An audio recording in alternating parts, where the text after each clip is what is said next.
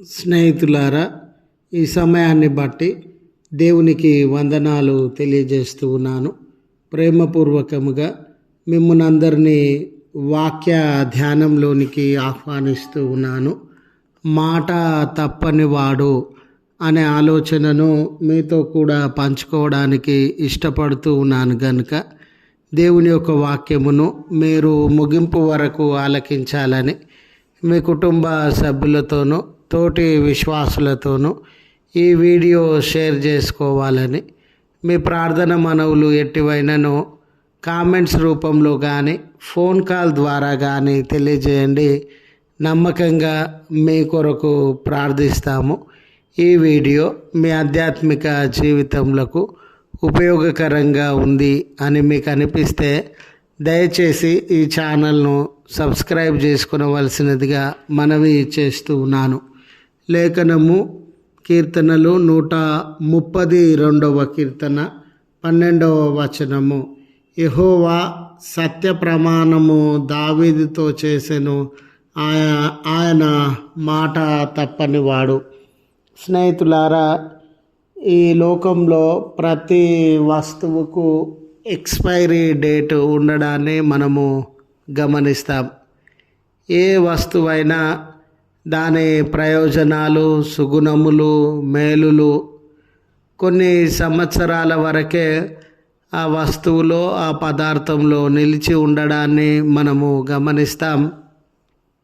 కొంతకాలం అయిన తర్వాత దాని ఎక్స్పైరీ డేట్ అయిపోయి దానిలో ఉన్న మంచితనము, సుగుణములు, ప్రయోజనాలన్నీ కూడా దూరమై పోతూ ఉన్నట్లుగా మనము గమనిస్తాం. ప్రతి వస్తువుకు సంబంధించి, ప్రతి పదార్థానికి సంబంధించి ఈ ఎక్స్పైరీ డేట్ ఉండడాన్ని మనము గమనించేటటువంటి వారంగా ఉంటాం. అయితే ఈ లోకంలో మానవుల విషయంలో కూడా తలపోసినట్లయితే ఈరోజు ప్రేమతో, అనురాగంతో, తోడుగా, ధైర్యంగా, ఆదరణను అందించేటటువంటి వ్యక్తి రేపటి దినాన వారి ప్రేమ కానీ, ఆదరణ, అభిమానములు కానీ మనకు లభిస్తాయి అనే గ్యారంటీ లేదండి. మనుషులు కూడా ఏ క్షణానైనా, ఏ దినానైనా, ఏ గంట నిమిషంలోనైనా మారిపోయేటటువంటి వారుగా ఉంటారు. ఇలాంటి తరుణంలో మన జీవితంలో ఎన్నడూ ఎక్స్పైరీ డేట్ లేనటువంటిది, ఎప్పటికీ మాట ఇచ్చి తప్పనటువంటి వారు, ఎల్లకాలము మనతో ఉండి ఆదరించగలిగిన వారు ఎవరైనా ఉన్నారా అంటే అది దేవుడు మాత్రమే. నీ జీవితంలో చిన్ననాటి నుండి ఈ సమయం వరకు ఎంతోమంది ఎన్నో మాటలను వాగ్దానము చేసి, ప్రమాణము చేసి మాట తప్పినటువంటి వారుగా ఉండవచ్చు. కానీ దేవుడు ఏ రోజు మాట తప్పనటువంటి వాడు. ఆయన ప్రమాణము చేసి మర్చిపోయే దేవుడు, విడిచిపోయే దేవుడు కాదు. దావీదు జీవితాన్ని గమనించినప్పుడు స్నేహితులారా, దావీదు గారి జీవితంలో చిన్నతనంలోనే దేవుని యొక్క అభిషేకాన్ని, చిన్నతనంలోనే దేవుని యొక్క ప్రమేయాన్ని మనము గమనించగలుగుతాం.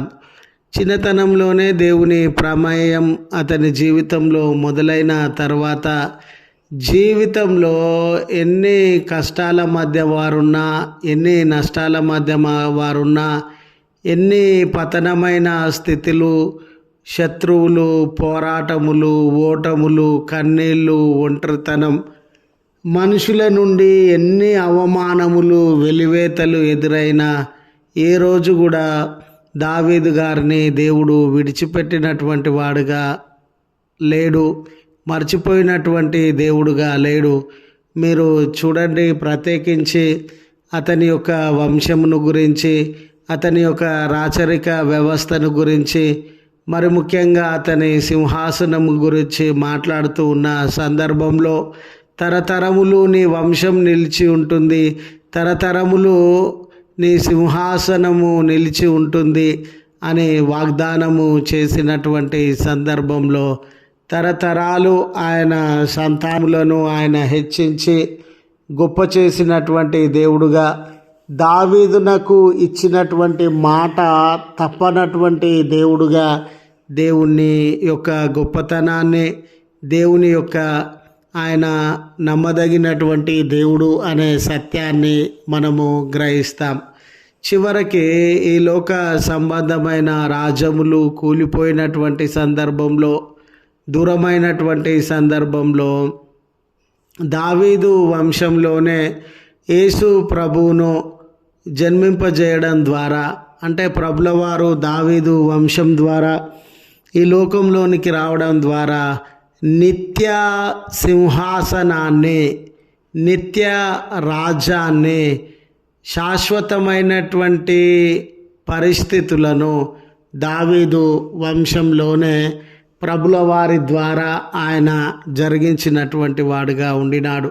శాశ్వతత్వము, నిత్యము, ఎల్లకాలము అనే మాటలు ఏవైతే దావీదుతో ఆయన పలికినటువంటి దేవుడుగా ఉండినాడో, వేల సంవత్సరాలు గడిచిన వాటిని ఆయన తప్పిపోకుండా, మర్చిపోకుండా యేసు ప్రభునందు దావీదు వంశంలోనే స్థిరపరిచినటువంటి దేవుడుగా ఉండినాడు.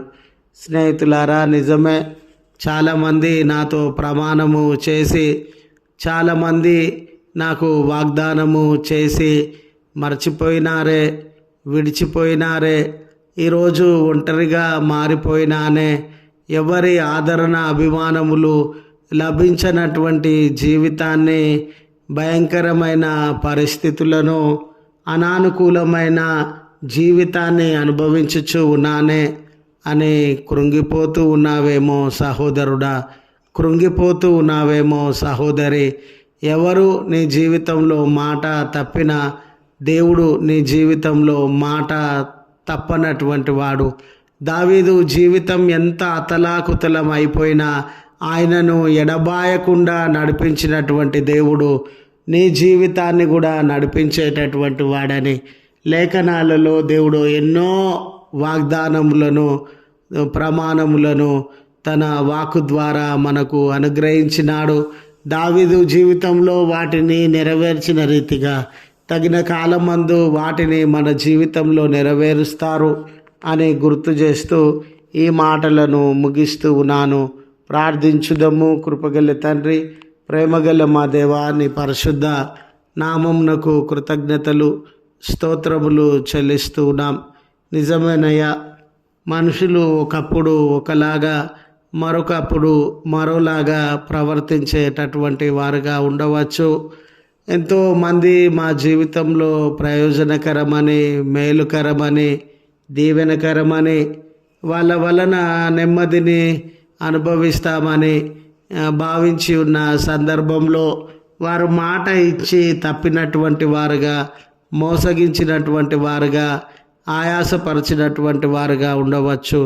అయ్యో, వీరి చేత మోసపోయామే, వారి చేత మోసపోయామే అని నీ బిడ్డలమైన మేము కృంగిపోతూ ఉన్న తరుణంలో మీరు మాత్రమే మాట ఇచ్చి తప్పనటువంటి దేవుడవని, ఎన్ని సంవత్సరాలైనా ఆ మాట నెరవేర్చడంలో శ్రద్ధ, ప్రేమ మా ఎడల కలిగినటువంటి దేవుడవని మీ కృతజ్ఞతలు చెల్లిస్తూ ఉన్నాం.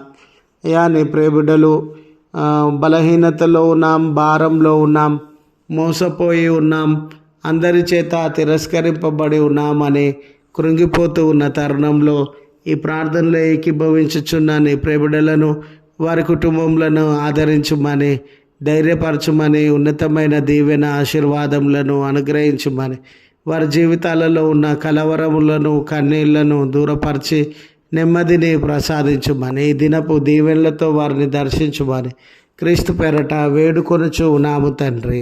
ఆమెన్. తండ్రి, కుమార, పరిశుద్ధాత్మ త్రియేక దేవుని దీవెన మనకు తోడై ఉండి మనలను కాపాడును గాక. ఆమెన్.